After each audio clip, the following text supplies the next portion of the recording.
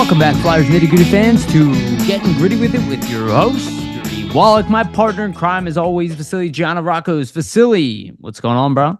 I'm doing really well. Excited, Yariv. Obviously, rookie camp beginning, on Thursday, and then we have the, Yeah. rookie games coming up this weekend. Oh, And just yeah. personally, doing really well. Been doing a lot of wedding planning, this Yeah. past weekend, so just getting into the thick, things on all fronts in terms of hockey and wedding stuff. So I'm good. But how about yourself, man?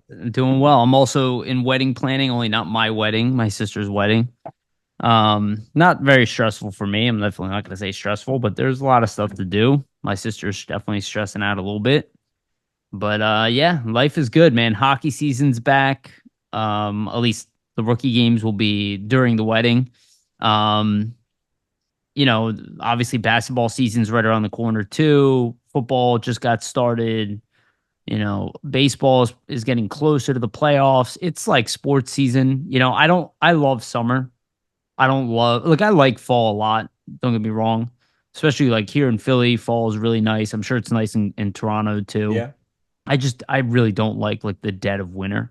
So like every time summer ends, like I just start feeling like it's gonna You're like, start oh getting no, winter's cold. coming back. But at Yeah. least we're gonna have a lot of hockey to watch, so that's fun. That's always, yeah, exactly. That's like the silver lining is I'm like, you know what?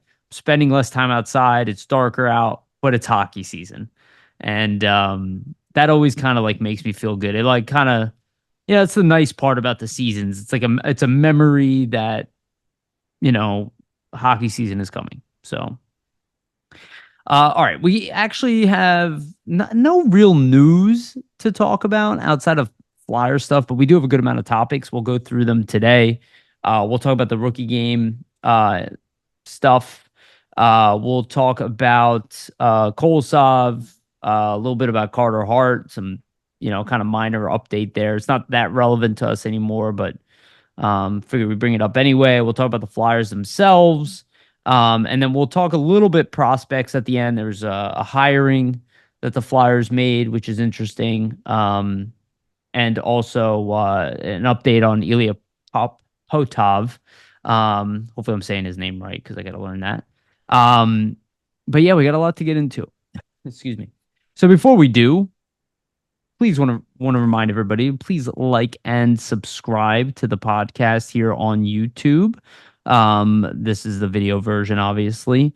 If you can also hit the notification bell for notifications, you'll be notified when the episodes come out. If you are listening to this and you are not subscribed, please do so now. It is the best way to support us. Also, go to Spotify and iTunes for the audio version.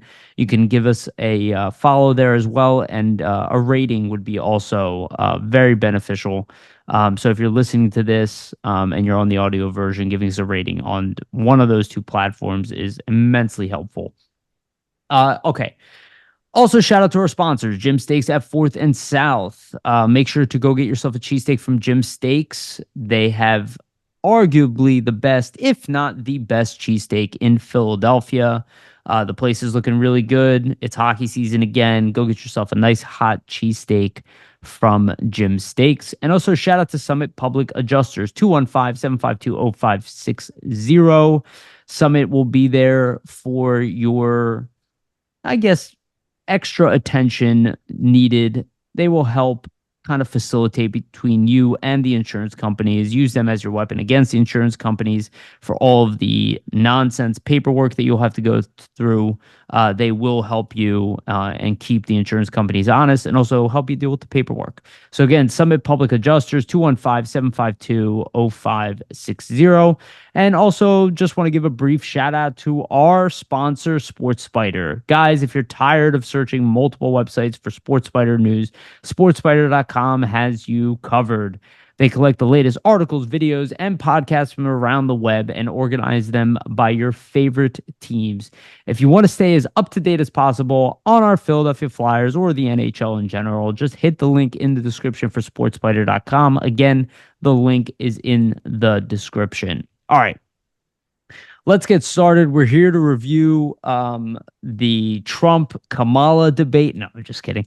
Oh man. Speaking of that though, like that was basically like not a joke, but like I saw it streaming on Disney Plus and just started laughing, being like, "How is this streaming on Disney Plus? Like it's 'Cause like a new TV episode." I like it's it's ABC. ABC, Yeah. yeah. So like they own it and they just want to get it out there. I just saw that. I'm like, is this like a new season of the debates? That Like, essentially it is. It essentially it so is. funny, man. For everybody listening, we do not talk politics on here at all, so don't worry about that. All are welcome, no matter which lane you vote in. I do not care. If you're here and you love the Flyers or even dislike the Flyers, you're always welcome here Yeah, man, it's all to about come the listen to hockey us. talk. We just want to analyze and Absolutely. talk hockey, and Yeah. that's why It's we're just excited funny the because, season's coming up. yeah. So, Well, I just brought that up because like everything on my feed is like oh my politics. God, It's like yeah. hockey and politics on Twitter for me. And I'm like, I hate when these like moments happen and you're just like bombarded with politics all at once from I every try to account. stay out of the politics on Twitter, so my algorithm has it Same. like hockey and stocks. So hockey and stock market. Smart, smart.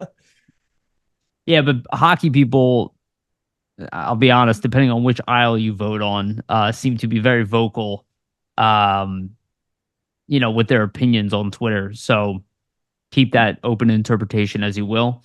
But yeah, less interested in your political opinions, much more interested in your hockey opinions. Let's just put it that way.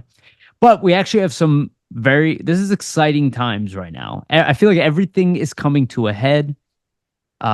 We finally have some hockey coming, not meaningful games from a standing standpoint, or even it's not even preseason really that we're gonna take a look at kind of the NHL roster and at least know who's going to be on the AHL roster.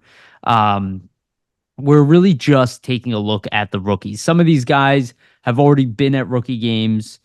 Some of them, kind of newcomers. There's a few camp invites in there as well. We're gonna go through the Flyers' entire list here. But it's really exciting. Again, both of the games will be streamed on the Flyers website. The game is on Friday is at 7 o'clock, and the game on Saturday is at 5 o'clock. And again, you'll be able to stream them both on the Flyers. I was a little worried that it would be like on TV or something.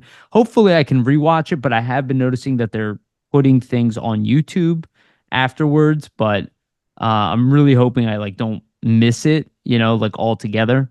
But we'll see because literally I have rehearsal dinner or Shabbat dinner at 7, and I have the wedding. I think it starts at like 3 p.m. So it's like there's no way of Gotta do of like a watching screen either one. record. Leave your laptop open, screen record. Yeah, I might have to, dude.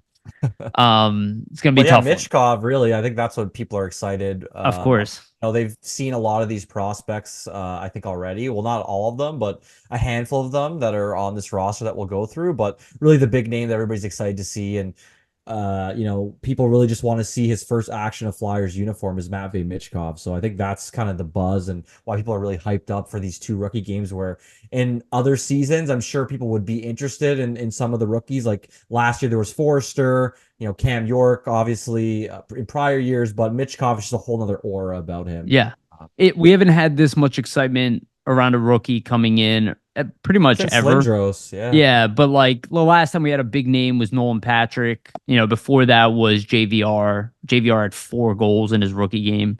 I don't know if Michkov's gonna have 4 goals. I wouldn't necessarily expect that. But we do expect him to at least play in one of these games. Probably not both games. It's possible because the roster is not very big. So Yeah. he might be playing in both. I could see potentially them saving him, but the kid's got to play. Like I have been hearing a lot of people who like very reticent about like playing him, like kind of treating him like this fragile piece of glass. And like on one hand, I understand, you're worried that he's going to get injured before he even gets like going. And this game means nothing, and it Yeah. also means nothing because he's going to make the team anyway. Um, but he's got to play. He's got to at least play in one of the games. No, exactly. And typically these rookie games aren't always like the most physical. And if you look at it from like a talent perspective, not to say that the other, players on the Rangers roster or the players surrounding him on the Flyers roster are less talented than he is, but if you just look at it and where he's played in the past in the KHL, I mean, that's a higher level and probably, a league that is a little bit tougher to play in versus a game Definitely, like this. definitely tougher than a game So like I this. just don't see really the harm in having him go back to back, right? Yeah. Why not, have him get kind of accustomed, to the North American ice. Not to say that he wasn't playing on that type of ice in the KHL, but just certain things could be different, like the boards, things like that. Let him get more familiar, kind of just being here and playing hockey in North Yeah, America. Why not getting him into 2 games, right? and not only that, some of these guys in this game will be his teammate in the future, in the Yeah, near future too. exactly. Probably even maybe as early as next season. So a few of the names, and we can kind of go through that too. And maybe we'll talk a little bit about line combinations. The first thing before we read the roster, do want to point out that Matvey Michkov does come in at 5'10", weighing 190 pounds. And you and I have been talking about this quite a bit. Kept seeing the 172, I He think he looks was listed at or built. so. Yeah. Yeah, I was always like very skeptical of that weight. That seemed like prior to his draft year, to be honest with you.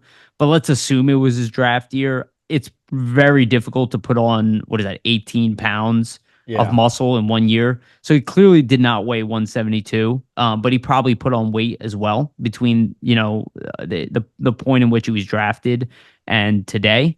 And coming in at 190. I mean, and again, all the other weights are pretty specific, 185, 188, 183s are on here. So, they are, it seems like genuinely being honest here. At 190 at 5'10. I mean, again, he's not going to get any taller. So that's probably a really good weight for him. Maybe he'll end up topping out at 195, 200 at the Yeah. end, Well, which is like 5'10", 190, super like sturdy. that's ready for the NHL in terms of just being, Right. physically fit, being able to handle, oncoming defensemen potentially checking you. Like he's not at a weight where you would be concerned that, okay, he's not going to be able to hold up against, these bigger, stronger players, potentially older players Yep. at the NHL level. And then another thing to note just from the weight, and just from kind of like a change in that for some of the Flyers prospects. Jamie Basco tweeted this out, so shout out to him. Yeah. But Ethan Sampson, his prior weight was 181 pounds. He's now 200 pounds. Oliver Bonk, also a pretty big jump. He was previously 179 pounds, now weighing in at 194. So those weights, I mean, that is, NHL ready in my eyes Yeah, yeah. I mean, in terms of the frame. they're definitely getting there, and like Samu Tuomal is 5'10", same height as Michkov, 5'10", 185, and he's been in pro hockey for what, 2 years already? I Yeah. guess close to 2 years. I guess he had the early stint, Well, that's a especially huge in step to Liga. show like the Yeah, coaching staff, right? Like they're all about identifying skill, obviously, and seeing, okay, who can play best in the system. But if you're not physically ready or physically yeah, fit enough, or you look like you could be manhandled out there on the ice, I mean, that's always going to be a detriment to you potentially making the team. So, yeah, yeah, 100%. So, do you have the roster in front of you? The yes, yes, I do. Okay. So let I'll me let read me out. I was gonna say, let me read the forwards and then you do the defense and goalie. Is that Yeah, let's cool? do it. Okay. Let's do it.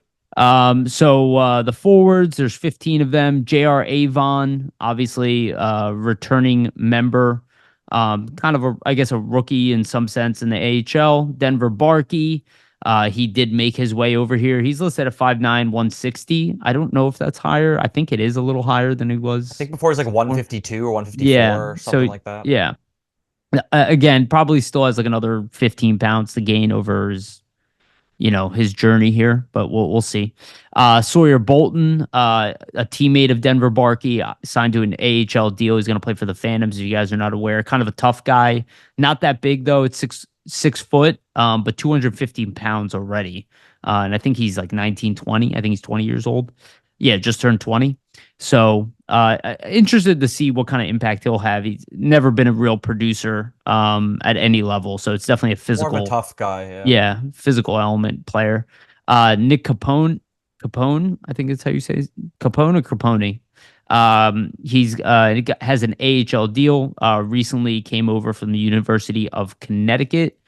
Elliot Denoyer, we all know him, obviously returning because of a struggle sort of year. Figured, get him in early. He's clearly like the veteran of this group, especially the forward group. Hopefully he has a bounce back game and a big game. Kind of expect a lot from him this year to kind of keep himself alive. Jacob Gauthier, another kind of older player, had success With the Phantoms this year was kind of a regular big boy, 6'4", 220 pounds. Alexis Gendron, kind of was a rookie in the AHL, didn't really get a full stint, was sent back to the OHL. So he's coming back from Drummondville. So looking forward to see how he's evolved. Offensive goal scoring type. Jet Luchenko will be there, which, let's be honest, outside of Michkov, maybe the most exciting prospect on this list, just because we've already seen a little bit of the other guys. Luchenko, we've seen less of so far, and he's the big shiny new Yeah. toy. Assuming he will play number one center, we And it'll be really exciting don't to see know. him play with Michkov, right? So We assume that he'll play with Michkov. I guess it could be Denoyer as well, but we'll see. I'm sure he'll get some We'll reps, I would speculate imagine. after Yeah. we go through the list. We'll speculate a little bit. So yeah, Luchenko coming over from the Guelph Storm, Matvey Michkov coming over from HC Sochi. Yeah, man, I still can't believe it's here. Matt Miller, who was recently signed to an AHL deal, he's listed at 6'3", 216 pounds. He's coming over from the University of Nebraska, Omaha. Massimo Rizzo, we know the name, one of the older guys at camp, or in rookie camp, coming over from the University of Denver, former teammate of Bobby Brink. Excited to see him. He also might be a number one center. We'll see Santeri Sulku, an exception here to the European rule. I guess he got special permission to leave his team, probably because the Flyers wanted to get a good look at him. Had a very successful season actually in the Mestis League, so the same league that Samu Tuamala came from. 17 goals, 9 assists in 35 games, so pretty good for a seventh round pick. Also a big body, 6'3", 216 pounds. Sammy Tuamala will be there. Had a great first half of the year. Fell off because probably due to injuries in the second half of the year, but started off really, really strong. Only played 69 games for the Phantoms at the end of the season, but was near point per game player, especially for the first half. So really excited about Samu. We all talk about him as a potential like dark horse to make the team. Zayd Wisdom, same thing as Elliot Denoyer, another guy who kind of hasn't found himself. I would say even worse than Elliot Denoyer.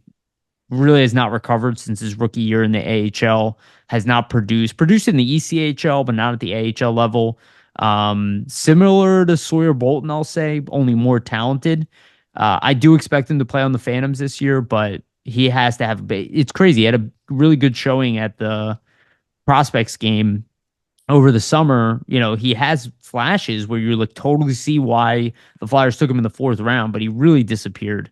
I think it's just a And consistency thing for him, to be yeah, honest. it's interesting. Maybe it's been a wake up call. We'll see how he comes in. And then Josh Zakareski.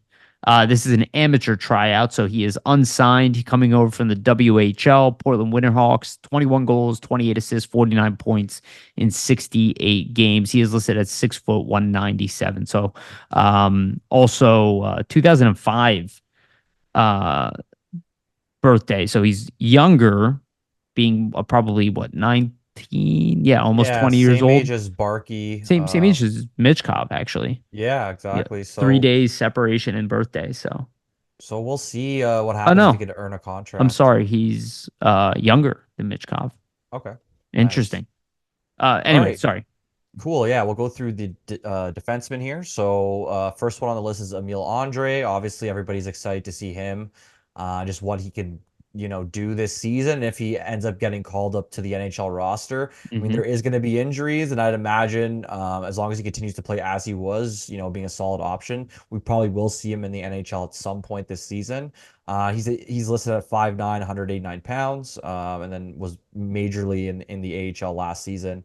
Oliver Bonk, obviously first round pick in 2023 with Michkov, listed at 6'2", 194 pounds. Had a great season with London Yep. last season, 67 points, and kind of really broke out offensively. So I think the Flyers are really hoping to see that continue and him to, even compound in terms of that offensive production. I do wonder if they do have that tryout where they can play a prospect for up to, I believe, what is it, 10 games 9. I think it's or 9 9. games. Yeah. So Yeah. it's up to 9 games, and then send them back. I mean, I don't know if he's going to be a candidate for something like that, but with the added weight and just, his pedigree, maybe that's a guy they end up He's keeping around. the most likely Yeah, of the pure rookies, I could definitely see it. non-NHL guys. And then coming in on just an AHL deal only, Emil Chouinard. He's a big boy, 6'5", 200 pounds. So likely going to be playing with the Phantoms this season coming Yep. up. Spencer Gill, second round pick in the draft, this past year in 2024, listed at 6'4", 189 pounds. So for his age, I mean, you know, Su pretty big frame. Obviously needs to fill out a bit more, but definitely, surprising. I'm sorry to cut you off, but like yeah. 189's not bad for an No, underaged kid. yeah, exactly. So I'm, they're probably looking for him to add some more weight and things like Yeah, that, but 20 already a pretty good pounds. frame and interested to see kind of how his development goes. I know Sam Moran has been in contact with him. He's gonna, help him with his development as he's in the MJHL with Ramuski, and I believe Sam Moran lives nearby, so Yep. apparently he's gonna help them out there. Helge Grons, coming in at 6'3", 200. Not the best season in the AHL last season, only 8 points. Did have some injury trouble, so I think the Yeah. Flyers are just looking to see if he can bounce back and kind of be a solid defensive option for them in the AHL. Mateo Mann, he's really a big boy at 6'6", 242 pounds. Yeah. Thick. Definitely gonna be, a guy probably that is earmarked maybe for the ECHL. Yeah. But we'll see, right? He's a project type pick, so the Flyers are obviously going to work with him, and size is really the main factor. So look at upside being like a third pairing type defenseman if he was ever to kind of be Yeah. anything more than AHL AHL type Yeah. guy. Yeah. Hunter McDonald, the Flyers hold him in super high regard. Obviously, they're always mentioning him in interviews and things like that. Coming in at 6'4", 235. I'm not sure, where he's going to start off in the AHL or the NHL since the Flyers are so high on him. I think there's definitely potential that he could win a job if he Hmm. really is lights out. But I mean, likely they're going to want to see him maybe have more of a full season in the AHL here coming up. Yeah. And then the last few, we have Ethan Sampson. Played with the Phantoms last season, coming in at 6'3", 200 pounds. I think the Flyers just want to continue to see consistent production and just development from Ethan, whether that be, defensive side of the puck or using his shot and utilizing that a bit more at the AHL level because he did have a big shot back in junior. And then Sam Sedley's on an AHL contract. So we're going to see him with the Phantoms most likely. And then Carter Sotheran does not have a contract as of yet. He's coming in at 6'3", 200 pounds. So this is a huge season for Sotheran to really perform in the WHL with Portland and earn that contract coming up. So I'm sure the Flyers will want to see him just improve on that 40 points in 66 games and also show some more development just on the defensive side of the puck and kind of being able to hold his own defensively because that's always a huge part is being a defenseman and trying to transition to the next level. Then the goaltenders, we have Carson Bjarnason, who comes in at 6'4", 210 pounds. He's going to be back in the WHL with Brandon.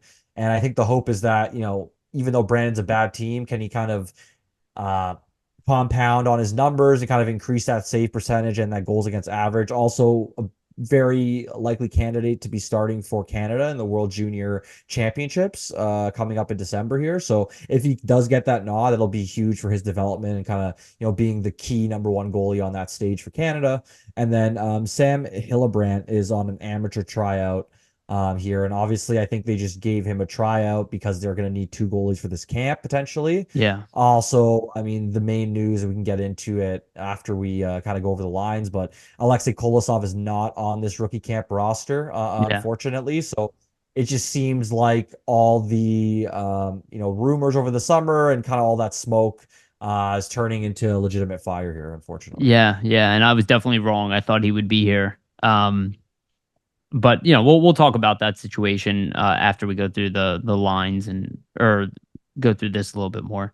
So just real briefly, I do have the Rangers roster here. I don't really want to go through it all because, quite frankly, it's not that relevant to us because a lot of these guys, one, we're not going to know. Two, I don't know how much people actually care because we don't have like good insight on the guys. But Yeah. one thing I did notice about this roster, their D is, you know, pretty sizable, like, but they have two guys on their roster listed at 6'7" at Damn. forward. Okay. Talk about like looking for, toughness up front. So, and Another again, Rente to add to the team, well, maybe. the interesting part is this one guy, Dylan Ru his letters are really small here. Ruberek, Dylan Ruberek, he's a point producer, 72 points, 68 games, uh, with Interesting. London. So, or I'm sorry, with Oshawa. So, definitely a producer. And then the other one, also 46 points in 59 games. So not pure, and with Adam Edstrom. So not complete like thug guys. Obviously, it's 6'7", but some very sizable offensive players. They also have another guy, Nathan Aspilani. No, Aspinall. He's 6'6". So three very big Some big forwards. boys on the Rangers, so So Flyers will have to yeah, watch out and keep their heads on a swivel well, there. the Flyers, it would be interesting because the Flyers rookie D, they'll have, kind of a lot to unpack there. And actually, I was just noticed this goaltending. They have two goalies listed at 6'7". For the Rangers as well. Yeah. Interesting. So a lot of size on the Rangers rookie camp Yes. roster, which is interesting. Was there any surprises you read for like the Flyers rookie camp roster in terms of like players that you thought maybe wouldn't be on the list that, are a little bit Solko. older? Oh, Solko, Denoyer, and Wisdom. I kind of suspected, to be honest with Yeah. you. I thought maybe Denoyer wouldn't get the invite. But considering their situation, I guess it's really not that surprising. It's really just Sammy Sulku. Okay. Just the fact that he's the only, like, you don't see Jack Berglund with this group, which obviously Yeah, we would exactly. love to see here. No Alex Bum because Um, of the college right. None rule of as the well. Russians are over here, right? Yeah. Yeah, no bump. What about you? Anything surprising for you? Really the same. I mean, Desnoyers and Wisdom are probably the two for me. I mean, I guess Sulku as well, just because, you have that European rule, and I guess Hermes let him out and let him come over here. Must have done a good job convincing. Maybe the Yeah, Sami Kapanen factor there had something to do with that. sure. Obviously, he has ties in Finland, and is with the Flyers, but. Yeah, like just for Desnoyers, a little bit surprising. I mean, Wisdom is more surprising because this is like almost his third or fourth rookie camp at this point, Yeah. even more than Desnoyers. But I just think for Wisdom and Desnoyers, it makes sense because he didn't have great seasons last year. So why not start off early, kind of get into the rhythm of things with Yeah. this, and then even more prepared for training camp Plus, in a couple weeks' time. I feel like it helps the other players when there are veterans that Yeah, have been through this several times over. You kind of like, in some ways, Denoyer is like the captain of this team, if you really think yeah, about it, right? very true. And I'm sure that the leadership, the Flyers, like staff, that's running rookie camp, they'll look at them for that, right? It's like that opportunity that they have to Show you're show a that. leader amongst this group, Right. right? Exactly. Exactly. Show that you're bringing in the other guys, that you have something to say, that you can speak about the AHL game.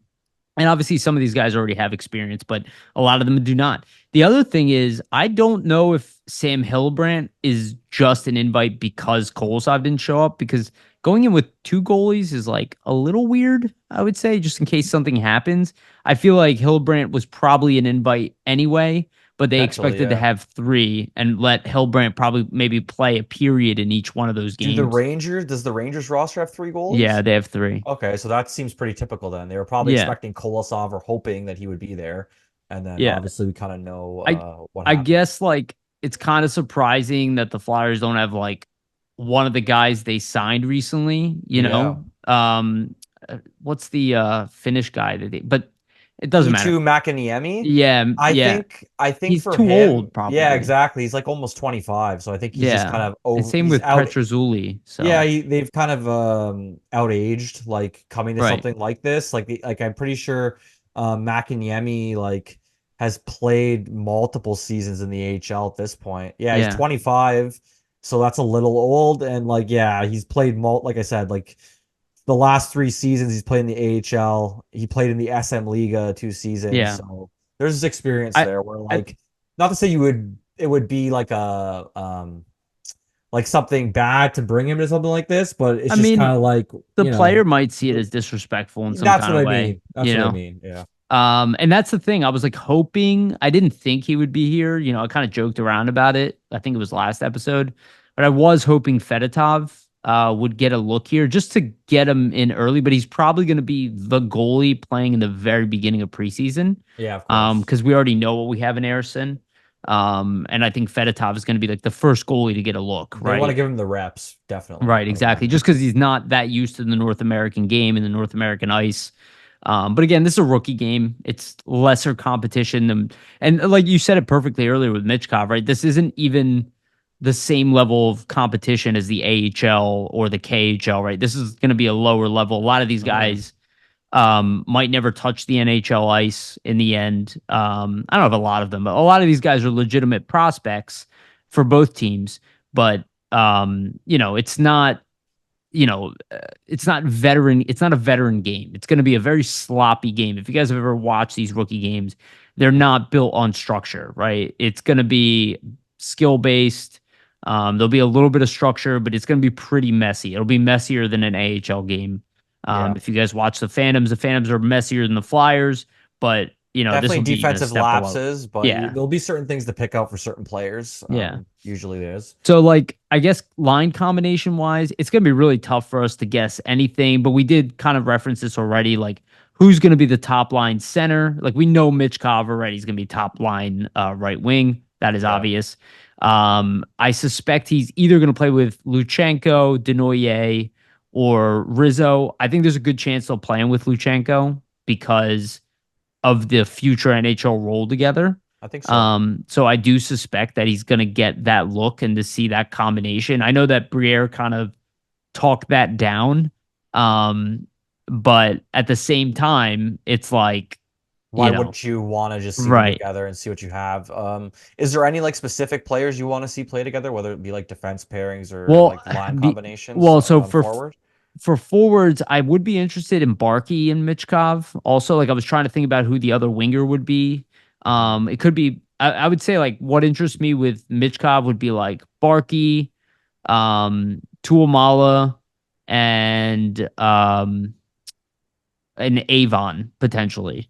But I do suspect that it could end up being like Barkey or Tuamala playing, on his wing. Hmm. It's going to be kind of weird. It could be Gendron as well, a high end shooter, at least at the lower levels.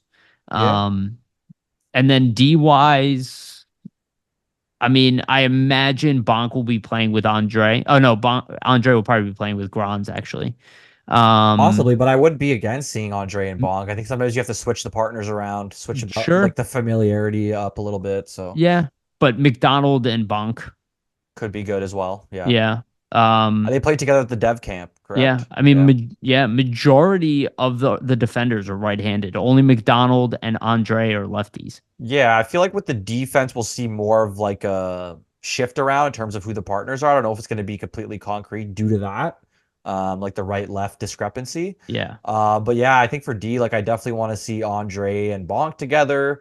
Maybe even Bonk and like Hunter McDonald, like you said. yeah, It would be interesting too, just to see maybe some of the younger guys as well, like with some of the older players, like maybe you do like an Andre and a Spencer Gill and kind sure. of see what that looks like. Or potentially like a M- Samson and Andre, maybe a Bonk and a Southern, like who Or knows? McDonald with Gill. Yeah, that'd be interesting too. Um, for the forwards though, I do like your thinking. Like I think that Barkey and Mitchkov, that's just naturally something that I'd be interested in seeing. I think both Yeah. skill sets, And will both. Barkey play center in a rookie game or play Yeah, wing? we'll see. I think he played center last year in Right. some of the games in Yes. preseason and even like the rookie games. So Yes. I'm interested to see what they try with that. But yeah, Barkey and Mitchkov would be a great duo. I think they're both really have a nose for the net and are willing to go to the net. So I think the play styles kind of complement each other there. Like for example, like let's say you had maybe like a Luchenko, Barkey, Mitchkov line. That'd be pretty Oh, interesting to yes. look at and see. Exactly. But let's Santuri say. Sulku also, we shouldn't exclude him from being in Yeah. that mix too. No, yeah, that would be cool. Like he has size and he put up some good numbers with the Mestis, Yeah. obviously like the AHL equivalent in like the Finnish league and Finnish hockey sphere there. Yeah. I think too, like if you didn't have Lachenko with Michkov, like let's say Barkey is a center, you could maybe do like a Michkov, Barkey, Tuamala type of line. Or maybe we'll see like a Rizzo, Michkov, Barkey, or like Rizzo, Michkov, uh, who else here? Yeah, like Tuamal as well.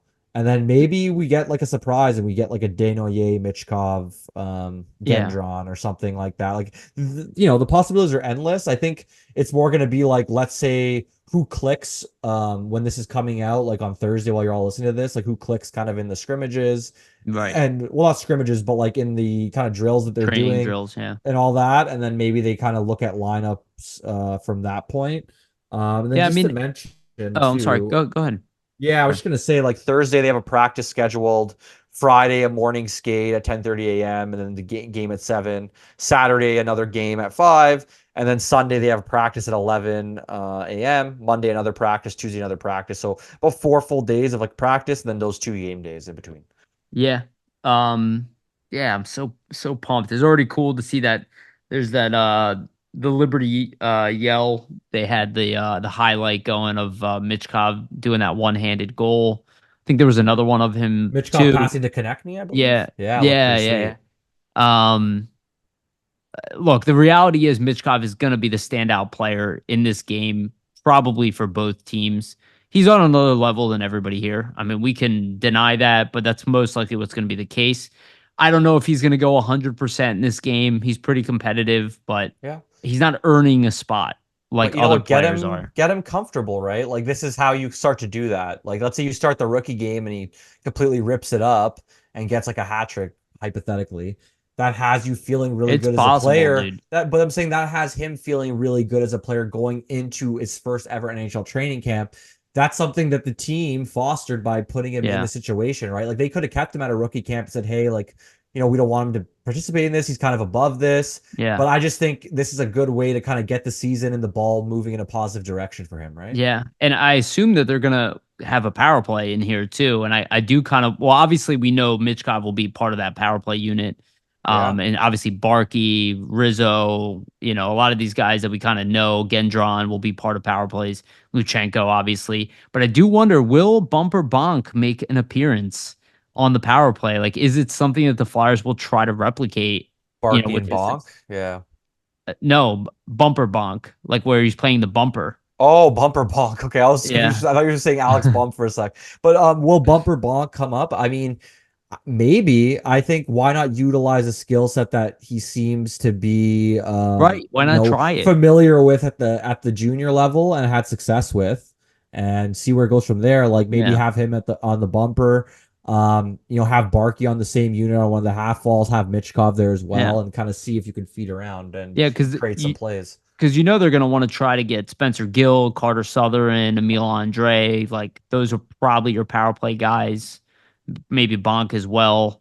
Yeah, probably Bonk as well. It's not gonna be Yeah. McDonald. It could be Samson also, who's had an offensive game at the junior level. I think Gendron's interesting for me. I want to see if maybe they have him on a power play. I think he's kind of the forgotten man in all of this. Like he scored a Yeah. ton of goals. Obviously, seventh round pick, so you have to kind of temper your expectations. But the kid just seems like a goal scorer really at every level. Even last year, like in this limited AHL time, he put up a decent like Yeah. like stat line. So He I'm was he was interested to on see pace what for he does. 15 goals Yeah, in his rookie exactly. And year was at playing like fourth 19. line minutes essentially. Yeah. So And he's young for his age too, right? So I don't know. I like Gendron's a weird one. He's a weird one to kind of put your thumb on. And he had what, 5 goals, 2 assists, 17 games in the AHL. It's which is not not bad at bad. all. Yeah. Not bad at all. Where Avon had 9 goals, 9 assists, 18 points, 65 games. He's another guy because like if you look at the players, like a lot of these guys are centers or have been centers. So like Yeah. Avon is a center, was a center, didn't play much center for the Phantoms though. Barkey is a center. We don't know what he's going to do. We assume he's going to be shifted to wing, but you never know. Elliot Denoyer, probably playing center. Jacob Gauthier has played center and wing. Jet Luchenko has played center. Massimo Rizzo has been a center. I'm wondering if So they'll kind of mix it around with the centers and kind of just have yeah, maybe a rotation or just try a bunch of guys at center who've played center in the past and see if they sink or swim, how it kind of yeah. works. But Yeah. Well, we know who like the bottom 6 guys probably will be and who the top 6 guys will be. yeah, A lot of these tryout guys, assuming, we don't know that much about them. Um, Like Zarensky is interesting, man. Like the fact that he is a year, what he just turned 19, or he's turning 19 in December. So this is like a JR Avon situation where it's a juniors guy, definitely going back to juniors, clearly went undrafted, but 49.68 games in the WHL at 18 years old is pretty good. Usually gets you drafted. I mean, he's listed at 6 foot 197, so he's Yeah. physically mature. I don't know what to make of a guy like that, to be honest with you. I don't know too much Um, about him, just in terms Same. of like his game or play style. Like when I'm looking at his stat line, like he played his first season with Portland in 2021 in 11 games had 3 points. 2022-23 in 67 games had 25 points. And then last season, 2023-24, which this would have been his draft season. I mean, he had 49 points in 68 games. Obviously goes undrafted, but close to a point a game. I'd imagine if they're inviting him, there must be like some sort of defensive aspects to his game. well, If like the point per game stuff isn't there, but here's his draft guide from elite prospects. Though Zakareski, I think that's how he sounds yeah, Polish. Zakreski. Zakreski, Canadian kid, but sounds Polish name. Flashes exciting skill at times. His impact is most consistent in pursuit. So it kind of sounds like Scott Lawton. Like a four-checker type, Yeah, like a yeah. forechecker. He's a hardworking forechecker capable of leveraging his physicality into quick offense in the slot. The motor stays running on the back check and inside the defensive zone. So definitely seems like an 200 interesting, foot type player, yeah. yeah. Seems like an interesting guy who could earn himself an ELC Yeah. at some point, the way I Avon mean, did. the Flyers need centers, so it's not surprising to me that they're inviting a centerman, Yeah, right? right. So maybe he'll be fourth line center. Yeah. Um, and again, not a ton of forwards here, so we probably assume that Mitchkov plays both games. To be honest, just by the outlook here, and the D, they do have 10 defensemen, so they'll probably rotate some of these guys, like maybe Bonk. Maybe McDonald won't play in both games, I feel like type of Andre thing. probably wouldn't play Yeah, in Andre both. might only play in one. Same with Grons, yeah. Right, exactly. Some Like of the maybe they, AHL guys that have played in right. the AHL before might not get both. Yeah, Whereas the rookies that actually have not played anything but junior hockey yeah, or like as prospects in whatever respective leagues, they probably might get both yeah. games. And Okay. we didn't really talk about Sam Sedley too much, but he's AHL bound, but he is an Yeah. offensive defenseman too. I didn't list him with a potential power play role. So Possible. Yeah. there's a good mix of guys. None of the defensemen are under 6 foot. Sedley's the smallest at 6 foot tall. Bonk is second smallest at 6'2". Yeah. And I'm Andre, sorry, right? Emil Yeah. Andre is 5'9", right. Schwannard is 6'5", Gill 6'4", Gron 6'3", Mann 6'6", McDonald 6'4", Samson 6'3", Sutherland 6'3". So good amount of size. Yeah. Not a ton of size for the forward group. Like nobody that really sticks out outside of Jacob Gauthier and Santeri Silku. They're really the only like I would say big bodies. Everybody else is around that nice average 5 to 10 or 5, 10 to 6 foot range.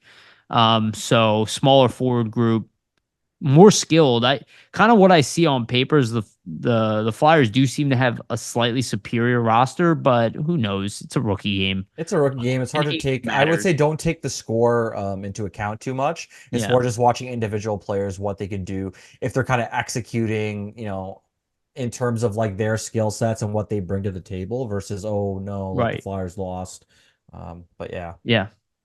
All right, let's move on to the Kolosov story. So obviously we it's a mentioned, bummer, yeah, that unfortunately. Kolosov is not at camp. So the current situation is he's refusing to come over. Flyers are hanging tight. And pretty much they're in lock. They're in a lock right now because he's not allowed to play for another team. He's not the type of prospect that a team would pay extra and look for some kind of issue um, from the IIHF or the Flyers or you know most teams have their teams locked in. He's good enough to be a starter in the KHL. Um, Yep. but he is kind of locked in right now. What I am hoping is that the Flyers they're kind of in a stall here with him. I'm hoping that he breaks. as things move forward, and realizes this is the right move here. I do believe that it was strictly just a homesick thing. Like, I'm a big fan of Shane Gillis, the comedian. I was even listening to him talk about his time spent over in Spain. And one of the advice that he gave, he's like, "Oh, if you're young and you're doing a trip like this," because he went and he stayed over for several months. He's like, "Don't," he said, "Don't be the P word." Let's put it that way. He's like, "You're gonna be homesick in the beginning." He's like, "Fight through that. Enjoy your time where you are." And I feel like that's kind of what happened to Kolosov, right? Like he came over, started missing home, and he's like doubling down on it. And I don't know what kind of advice he's getting from other people, but he really does need to understand that, like, you signed a contract, things will be good here. Give it a chance, give it a real chance. And I think that's probably what the Flyers are saying to him. So right now they're in a lockstep. In addition to that, this will probably be a little turn of the knife here, but Daily Faceoff released a ranking of the top 25 goaltender. Let me see the exact title here. Top 25 goaltending prospects, NHL affiliated goaltending prospects in 2024-25.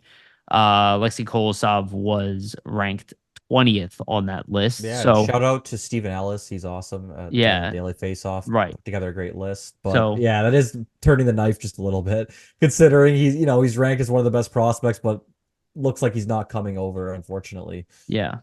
Yeah. Again, I don't think this is the end of the road. I was listening to Mertitas where he's like, this is a red flag for me. I'm done. I personally wouldn't have this attitude if I was the Flyers. My whole thing is like, if he decides to come over next year, you bring him over, And see what and happens. Yeah. right, exactly. Um, Maybe it's a red flag for them, but I would still be like, he's 22.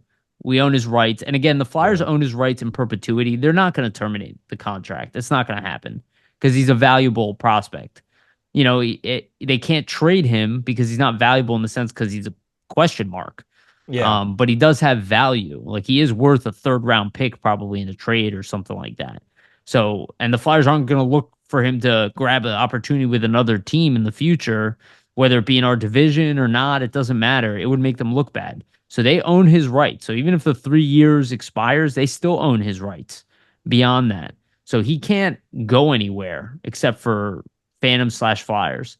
So this is going to be an ongoing thing. And I would not be surprised if he breaks, to be honest with you. I don't think he's going to want to. I think he's expecting somebody will bail him out. I'm Yeah. not Like expecting that. like they'll toll the contract and loan him again to Dynamo. Which I think it's possible, yeah. maybe 10% possible at this point. I I don't think think so. that's what he's looking for, obviously, in the situation. Like just to recap and shout out, I mean, to Anthony DeMarco and Hockey News Hub.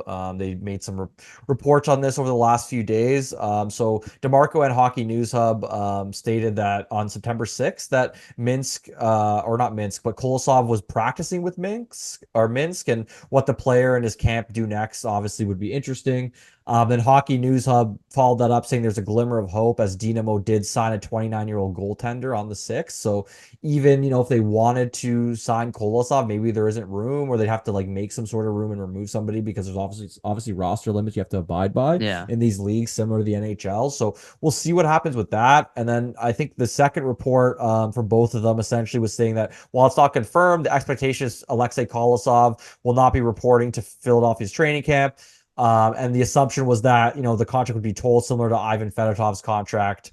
But we'll see what happens. There's really no confirmation on any of that yet. I think my perspective with it all and looking at this and probably what ticks the Flyers off the most is, that development camp after the draft, they wanted him there. He allegedly, missed his Missed his flight or flight, couldn't right? make it. But it kind of shows that with him missing that flight and then not coming to this rookie camp, he obviously made the decision just to not go, right? So that's probably the red flag for them. That's not on one occurrence, it's two occurrences where this is happening. I think your point's valid, though, you're even in the sense that, I don't think the Flyers are going to terminate the contract. I think they're going to probably try to force his hand in the sense Yeah. that let's try to play this out and wait as long as we can before let's say if we do loan him out somewhere, let's just force his hand. Let's not loan him anywhere. Let's see if he breaks and comes over, and then we have him under contract and Yeah. kind of can do what we will with him. So I think that's the way they're going to play it. But I think if it goes like a month or two and there's still no resolution or really no sign of resolution, the Flyers will probably just end up tolling his contract and loaning him somewhere. Because I'd imagine as organization and trying to keep a prospect and keep the value high, you want to see him play this year. If he doesn't play a full year, for a goalie, that's a big deal, and it's Yeah, going to it's true. devalue him. So even if the Flyers are looking to trade him, and I think at this point, maybe that's the route. Like maybe they're not looking at him as more of a prospect that they're going to develop, but maybe a guy they can use as a throw in for a deal. If you're going to do that, nonetheless, you need to have him playing because his value diminishes Yeah. tenfold if he doesn't play I a full season. I So, don't know. I agree with you on the hurt that it causes to him. I just don't know who's going to trade for a guy who refused to come over to the well, team. This I don't think he'll be like the main part of a deal. I mean, like then you he use would him as a throw in or something. Yeah, I don't think that'd be worth it for the Flyers. I think the Flyers are better off just holding steady and teaching them a lesson and Yeah, teaching other players like don't do this to us. Like that's true. Yeah. you made an agreement. Like this is not a Cutter Gauthier situation. Like Cutter No, had he doesn't control have of. the pedigree that he Well, it's has, not first of all. agreed for sure. But he also doesn't have the control. Like Cutter Gauthier could have waited out the year, played in college hockey, and then gone to be a free agent and Yeah. gone wherever he wanted. Kolosov does not have that luxury. I think the Flyers are just if it takes the entire season, I think they'll do that. To be honest with you, and make him restart. Yeah. I don't think It's he'll possible. do that though. Um, I think he will break, and I think the Flyers kind of assume that he will break That's over what you have to time. hope, obviously. Yeah, But we'll because see. you're We'll not getting see. paid. Also, Yeah. like he's not No, going to be making exactly. money. Yeah, he won't be Um, making any money. I wonder, like, the new agent, if that puts a wrinkle in things, whether like a positive light or a negative light for the Flyers, and what kind of their role is in all this, and if they're trying to like get them to terminate, who really knows? But I think to your point, like the Flyers need to play hardball here. That's yeah, kind of the cards that they've been dealt. Where if they play hardball, there's really nothing Kolosov can yeah. do. Like he physically cannot sign with Dynamo I guess with having an active contract. Like that's not allowed. I mean, the KHL shouldn't allow that. Obviously, the IHF agreement between they like the KHL and NHL is is no done. longer there, Yeah, so maybe they just don't care and sign him anyway, like they did with it's Fedotov. possible. It's So possible. we'll see. It It's a pending situation, I think, at this point. Yeah, it's possible, and in that case, his trade value drops. And I think no matter what, his trade value already diminished to Of course, yeah, getting almost nothing for him just because of the situation. So it's not a good one. I don't really blame the Flyers for this one. I don't blame the Flyers for the Cutter Gauthier one, but you can see with Cutter's case, they tried also, and they did the right move by moving on from him fast, getting an equal value asset. I know people are down on Drysdale already, and getting a second round pick. Like they got a really high return for Gauthier, and that was the right move. They don't have that luxury with Kolosov, so yeah, their best bet is to just hang tight and hope that Kolosov kind of realizes that he did not go about this the right way and to come over and play. And there's a spot yeah. for you in our lineup. And I guess you have to hope too that like maybe some of the Russian players on the team, not to say I don't know if they know him or what the relationship is, but maybe they reach out to him and say, "Hey, like what are you doing? Like what's happening? Why are you Yeah. acting this way?" Maybe they already have and he's just, a hard shell to break in a sense that, he has his ideals and what he wants and, Yeah. they're not being met. To end, I guess, the segment on a positive note, technically he could still come to main camp next week. Like he Yes. could really show up at any point here. He is under contract with the Flyers. Technically, he can't play for another club in any league. He's under contract legally. Obviously, we see what the KHL did with Fedotov and the Flyers toying the contract. They did not respect the legalities of that contract. So we'll see if they Yeah. continue to respect this and what happens. But I think the best case scenario, like you said, is the Flyers play hardball. He eventually realizes, hey, missing a year of hockey is not going to be a good thing for my career. It's going to detriment it in a lot of different facets. I probably should play. Yeah. No matter if it's in the AHL or if I don't want to be there, I should probably just do that. But we'll see what happens. I mean, I do see a situation where the Flyers maybe they toll it and give in and loan him and then try to trade him this Possible. offseason. But It's we'll see what possible. happens. I just don't know what team would even trade for him with the Yeah. fact that because I don't think that he doesn't want to come over to Philly. I think he doesn't Mm. want to come over to North America. That's also, I think, a problem too, right? When Right. trying to And in trade that a guy case, like this. So, why would a team unless it's like here's a headache for our headache type of situation. which you never know, could be out Yeah, there. it's look, all those things you said are possible. I think the most likely thing that happens, in my opinion, and I could 100% be wrong on this, is that They wait it out. He breaks and he does come over here eventually. That's, I think, the Um, best case scenario for the Flyers. yeah. And even I think for his career, because even if, let's say, the Flyers give in and loaned him out, hypothetically, like then you're kind of known as that prima donna player who, if I don't get what I want, Right. It's then I'm bad not for gonna, him. yeah, I'm not gonna adhere to like your team policy or I Right. don't really care about your team culture. I'm just gonna do what I want until I kind of get my way. So either way, not playing a full year for him, very bad.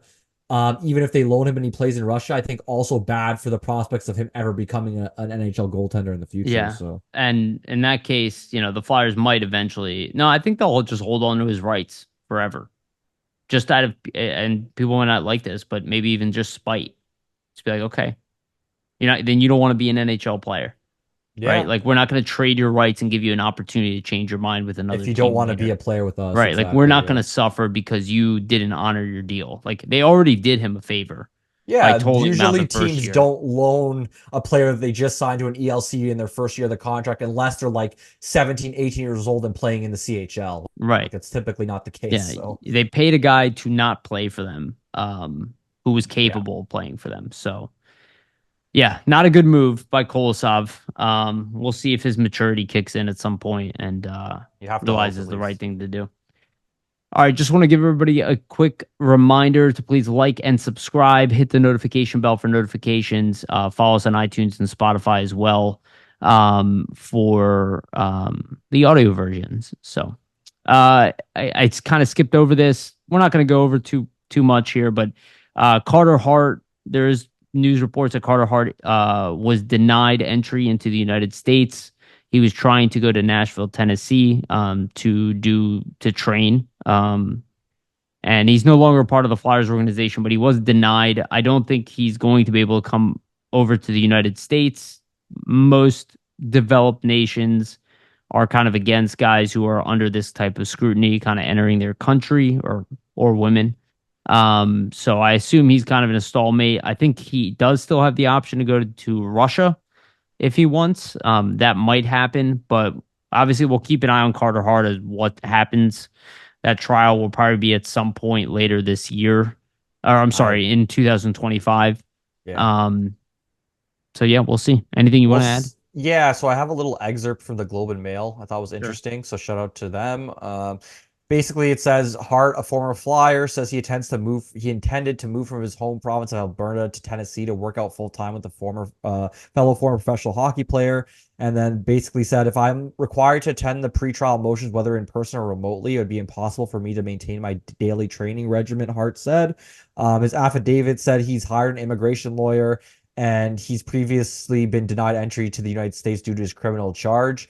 I think one important really thing to note is he's not getting paid.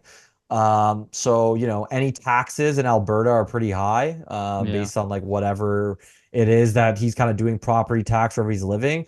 Tennessee, there is no tax. So Oh, that's a good point. Yeah. yeah. Um, So maybe it's a money thing, yeah. which makes a lot of sense, I guess. Could be a financial thing. I also, and again, I don't know what the outcome of the trial will be or what happened. But it does kind of play into him believing that he'll win the trial because if he's keeping Or his be deemed innocent. Yeah. right, exactly. If he's trying to stay in shape and trying to stay on the ball, it does tell me that at least he feels he's innocent. So we'll see. Be really interesting to see what happens with Carter Hart in a year from now. Um, so we'll see. Okay. The question that I put out, because I've been listening to a lot of previews, not a lot of positive stuff to say about the Flyers. Once again, if it's not Matvei Michkov, it's complaining about the Travis Konechny signing.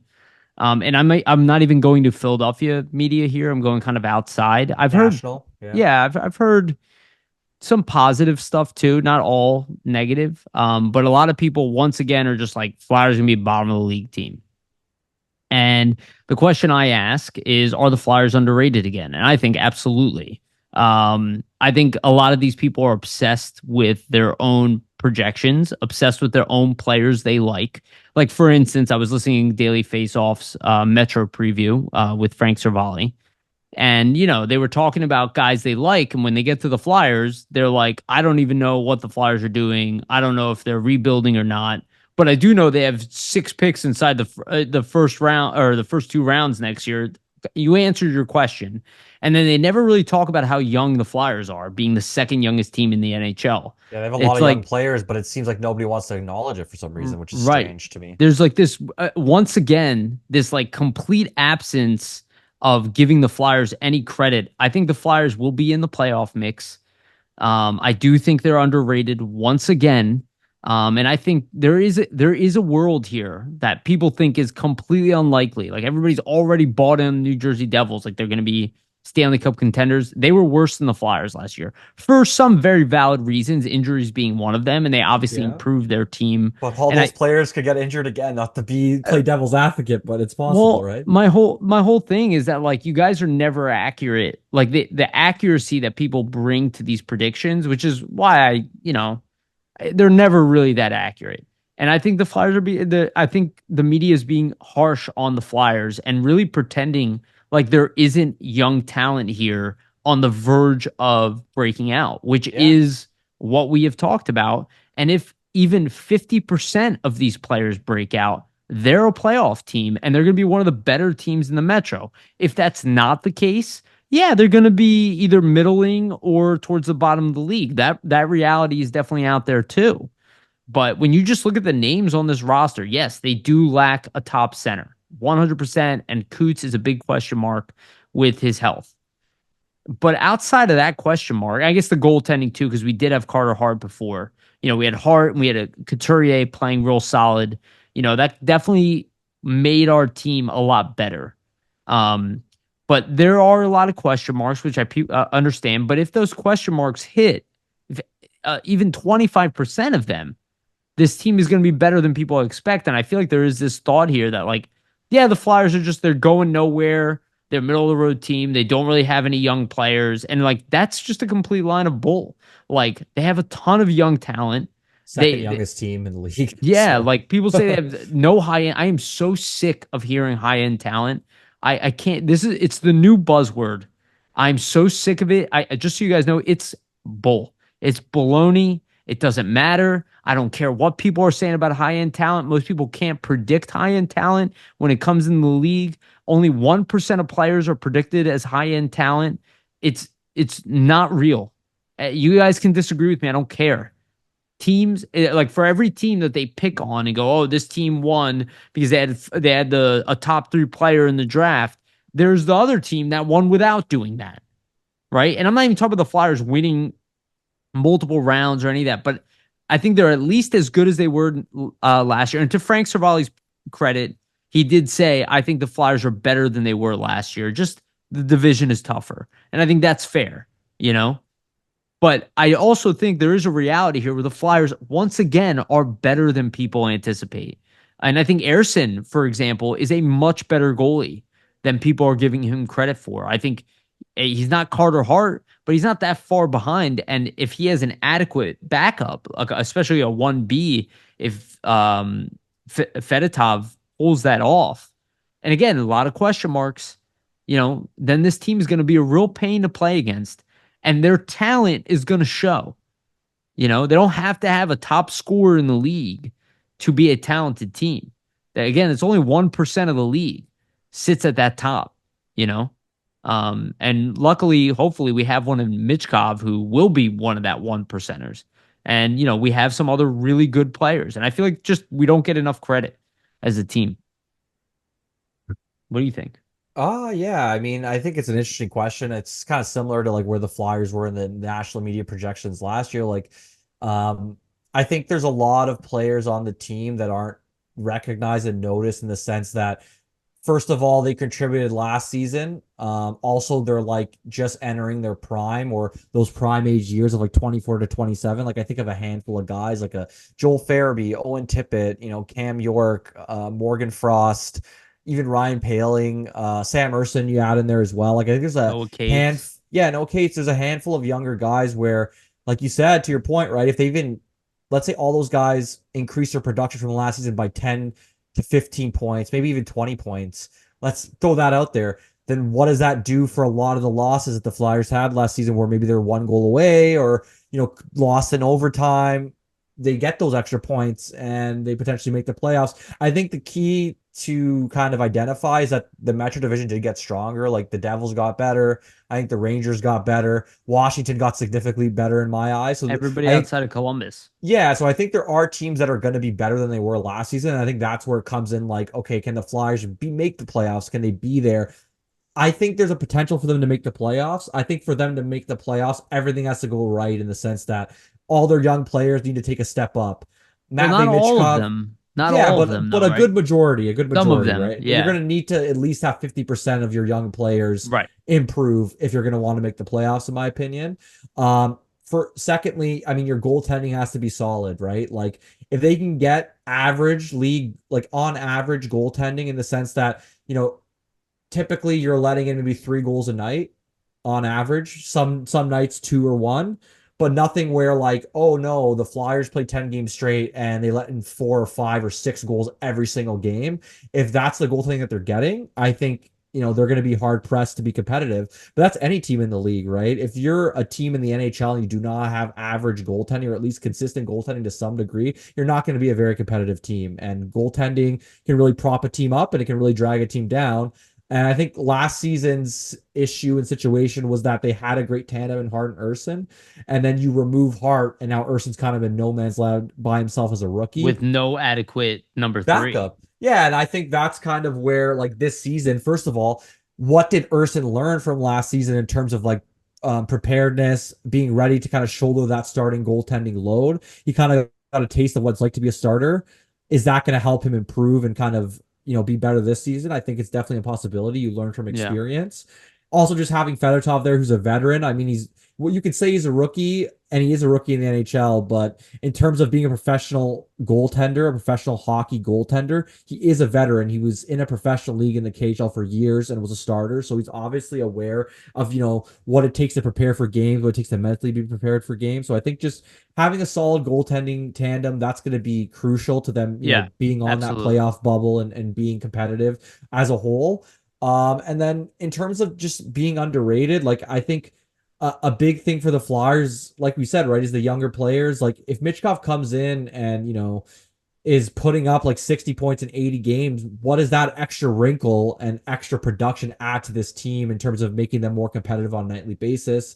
I think Sean Couturier is a big one too. Like if he can come in and play like the first half for the whole season, that's a huge boost to the team, right? Like the team started to drop off. Similarly, when his play started to drop off, it's not a coincidence, Yeah. right? Because they were leaning on him really heavily. So there's a couple things that need to go right for them to remain competitive and kind of be on that playoff bubble. But I think that there's a lot of guys like I said, especially the young players, that they're poised to take a next step, right? Like I think Owen Tippett has all the potential to get to 35, maybe even 40 goals.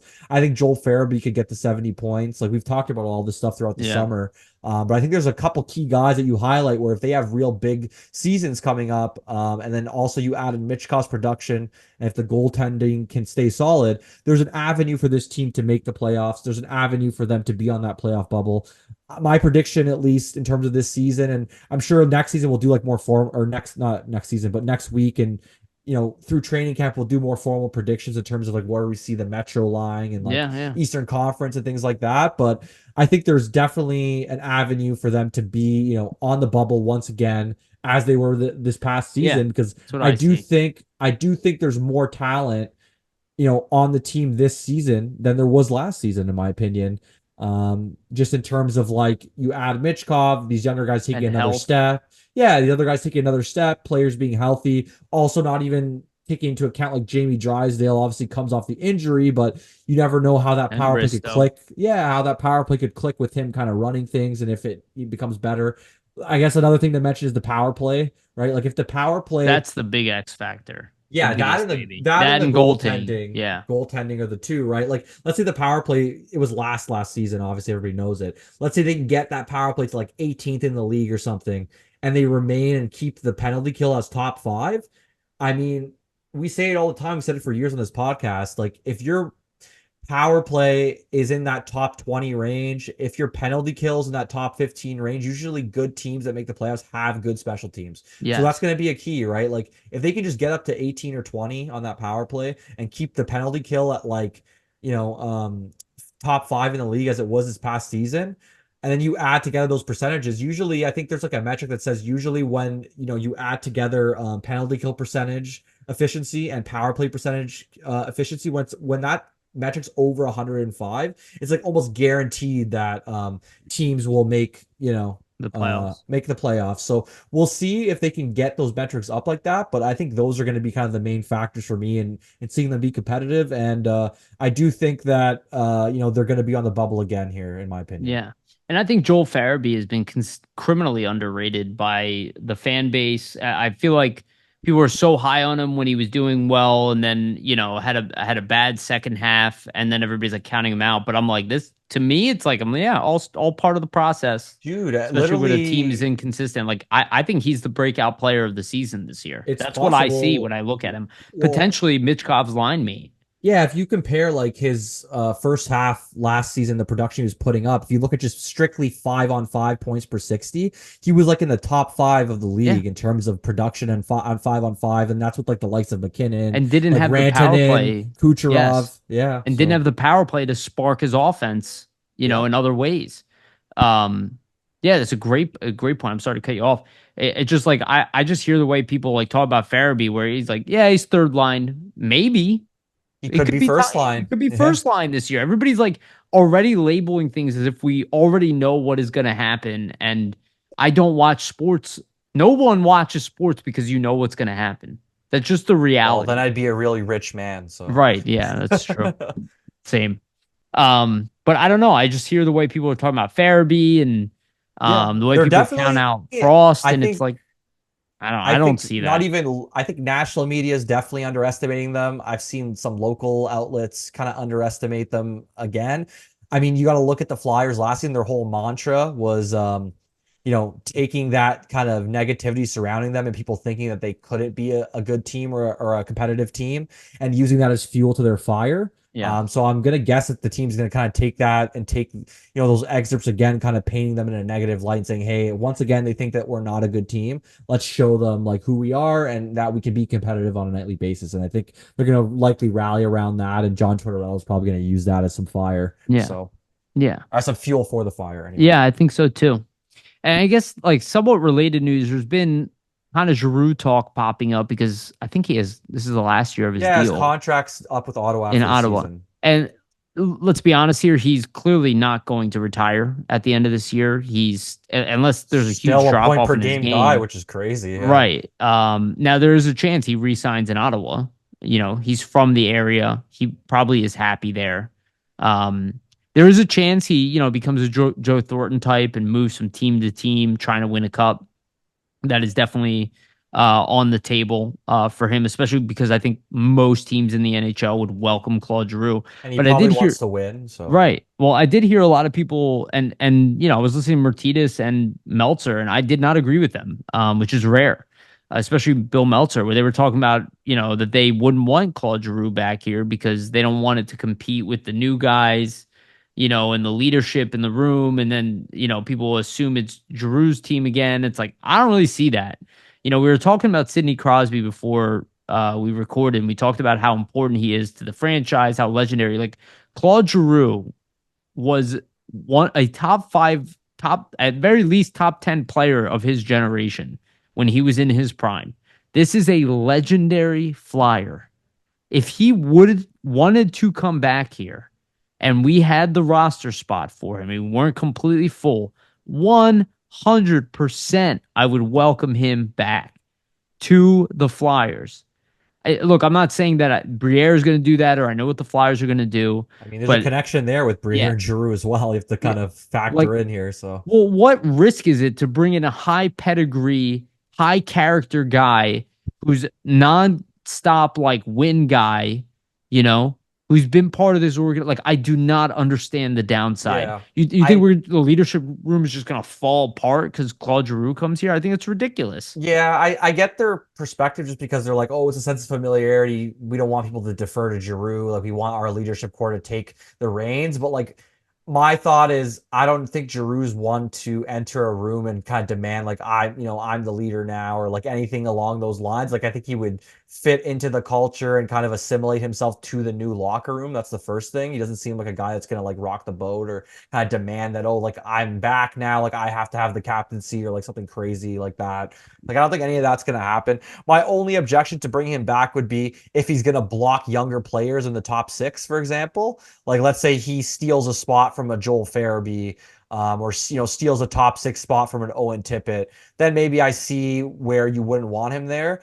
But I think if they were going to bring him back, it'd probably be like a more like a third line, power play specialist type role where you can put him on those top two lines in a pinch, obviously if you need to, but I just wouldn't want him to block any younger players. And I think the Flyers in general like don't have the idea that they want to bring guys in to do that. So I think if they were going to bring him back, they'd probably make it clear to him that hey, it's going to be more of a depth supporting role. Sure. But obviously, if there's injuries, like you're going to be thrust into a higher role, and probably too like we're going to have you be a main part of the power play because just imagine a power play with Mitchkov and Giroux together. I mean, My that'd be whole insane. my whole thing is like if Giroux was on this team, we wouldn't be like, oh, we got to get Giroux off of here because we got young players coming. It's just Yeah. like I don't see a world where bringing Claude Giroux into your organization is a bad idea. No, he's a That he's a would really people really object bringing Sidney Crosby onto the Flyers right no, now? not at all. Not a I mean, single person would say I, yes to I that. wouldn't object to bringing him back. I think you look at, point per game production, a guy who's a leader, a guy who can play, all three zones, but also can play, at all points in terms of power play, 5-on-5 penalty kill. I just think to have him for like a playoff run for a young and experienced team and to kind of help them through like their first type of playoff Yeah, experience would be good. Who knows what's going to happen? Like I think he's gonna stay in Ottawa I don't think personally. he's going to stay in Ottawa. Like, I think he Really? probably wants to win, and Ottawa Yeah, is nowhere maybe close to Toronto, winning. Potentially, I think he's going to go to like this is what I see, and Vancouver. I see a potential reunion with the Flyers. I don't see it after this season. I see it maybe in a couple seasons from now. I think your point is accurate. Like he becomes kind of a mercenary in a sense of like a Joe Thornton, where okay, it hasn't worked in Ottawa. I tried to go home. We tried it, didn't happen. I want to win a cup before I retire. That's like the last thing he kind of wants to check off. I personally see him just going to contenders, maybe on 1 year deals and seeing if he can kind of get that, Yeah, cup win. yeah, And then maybe for his final season ever, he comes back and retires a Flyer. That's sure, kind yeah. of the cadence I see it happening. But there's always a chance he signs back in Ottawa and thinks, hey, like we're turning the corner. Like I think if Ottawa makes the playoffs this season, he'll sign back. If they Yeah, miss again, he's out of there, in my yeah, opinion. I think it's definitely possible, but I don't know because Giroux stayed here through all our struggles. I think he's the type of guy who's like, this is home, and I'm not going to Maybe. move my family around, and I'm not going to do, you It's know, I'm, possible. I just think the competitive nature, like imagine like, your whole career, could never really get there with the Flyers. You leave to go home. They're supposed to be competitive, and they kind of shit the bed the whole 3 years that you're there, and then you kind of waste your career not really getting that chance to kind of get yeah, that cup. So I, I think with the competitive nature he has, like maybe he signs back in Ottawa, but they'd have to make the playoffs, I think, for that to happen. yeah.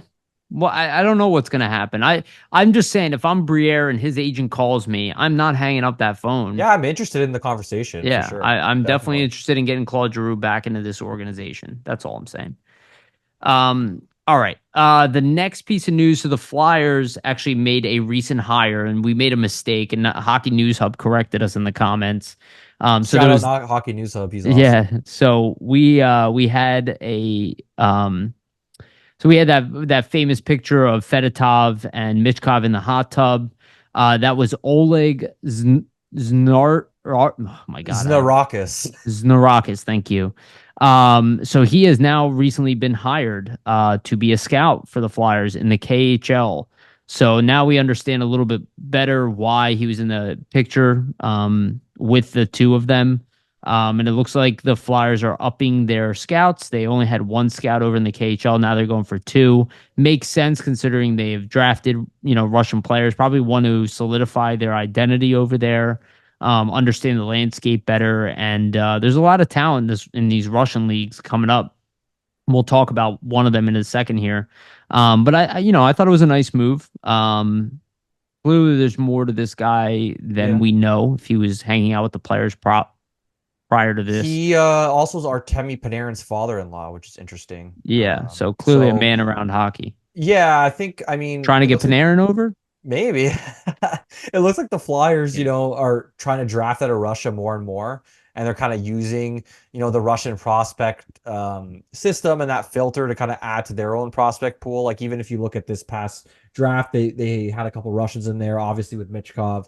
So I just think, why not get another scout, get another, individual that can kind of help in that area if you're looking to kind of add more talent, from Russia. And I think it probably helps the relationship with Russia and the KHL in general moving forward. Just having another person who probably knows how things work over there, is familiar kind of with the customs and what's going on and kind of how prospects are regarded and brought along. So I think it makes sense. Why not, add somebody else in this type of capacity? Zanarek's last job was in the Continental Hockey League, so KHL, with Akbars, and he was released and he was the head coach of that team. Um, so essentially, he's going to be like a scout basically for the Flyers. And yeah, he's going to be acting also as a consultant to the player development department too, with that scouting kind of Yeah, pedigree as well. So it'll be interesting to see how he nice. helps, and I'm kind of interested now if they add him to see how many Russians they take in the upcoming draft. So Yeah, it's interesting. And I guess this kind of relates to our next prospect. And I don't remember the name. I was trying to look it up here. So the Flyers' only Russian scout, I do forget his name. I don't know if you remember his name. Um, but he was high on Ilya Pautov.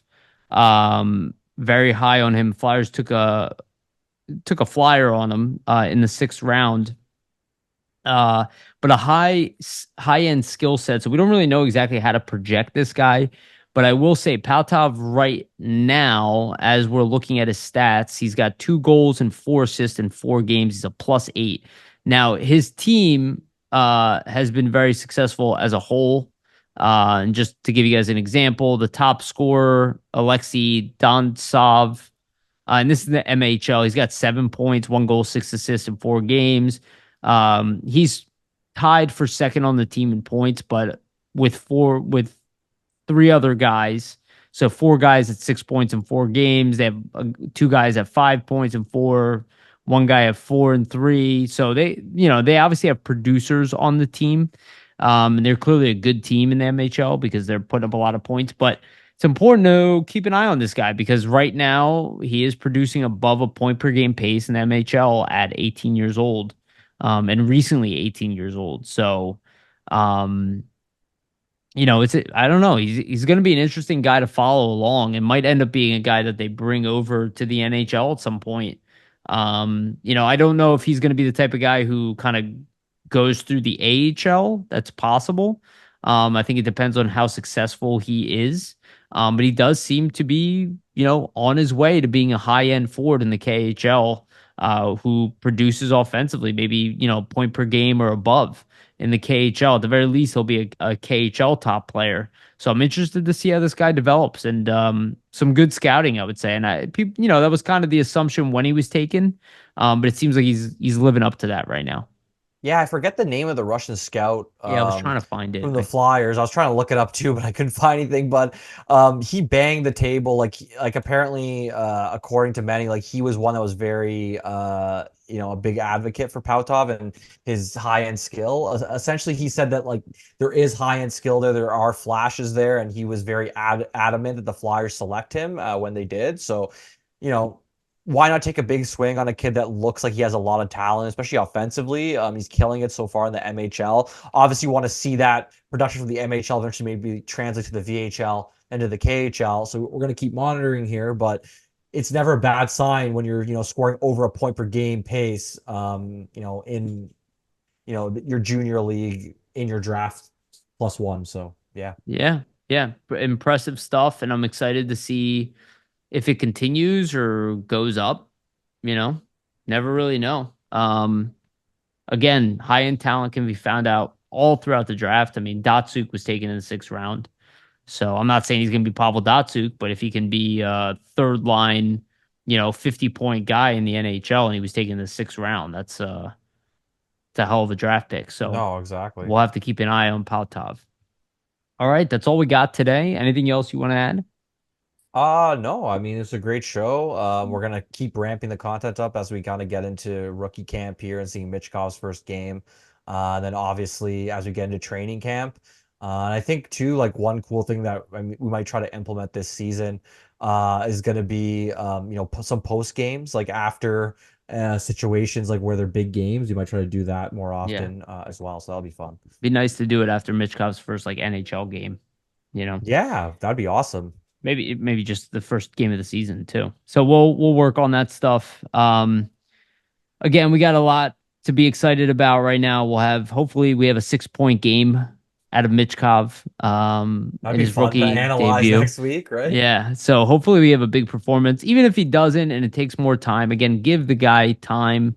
Most superstars, don't come into the league and put up a point per game. There's That's always a not grace period, right? So we got to be right. cognizant of that. So Yeah. It's like really only 1% of the 1%, the McDavids, the Crosbys. They're really the only guys and Ovechkin, really the only guys who came into the league at 19 years old, 18 years old, and put up a point per game. So we're gonna have to give Mitchkov some time. Having said that, still have high expectations for him, and if he can follow that Nathan McKinnon 60-point first year kind of path, I'd be really really happy with that. So we'll see. We're about to get our first taste of him in the rookie game, so I'm excited. All right. Just want to remind everybody, please, again, like and subscribe. If you're listening so far and you have not subscribed, please do so now on YouTube. It is the best way to support us. Like our video if you did like our content. Hope you do. If you could share it out as well, that's also immensely helpful. Hit the notification bell for notifications on when we release our videos. Again, they are weekly, but we'll be doing some additional content this year within those time periods as well. Follow us on iTunes and Spotify for the audio versions. Give us a rating there again if you can. Great way to support us. And also a shout out to Jim Steaks at 4th and South. Make sure to go get yourself a cheesesteak from Jim's. They have one of the best cheesesteaks, if not the best cheesesteak in Philadelphia. And also shout out to Public Summit Adjusters. Use them as your tool against the insurance companies. Again, Public Summit Adjusters, 215-752-0560. And also shout out to our partner, Sports Spider. Again, the link for Sports Spider is in the description of this video and the audio version as well. But you can go to sportspider.com. They will aggregate all of sports information for all the sports, but definitely for the Flyers. And it's a pretty cool site. And again, it's a partnership. So if you go to their site, our content is pinned at the top, and we still get credit. If you go there, if you come to us directly, all of that is all good for us. and just the Or final thing yeah, too sure. before we end, I found the name of the scout. So Oh, Ken Hudakov, yeah, that's amateur it. scout out of Russia. So That's we it. can end the show and people know who we're talking about now. Ken Hudakov. Okay, I'll try to remember that for next time. Awesome. All right. Thank you again, everybody, for listening. We love you guys. And remember, always stay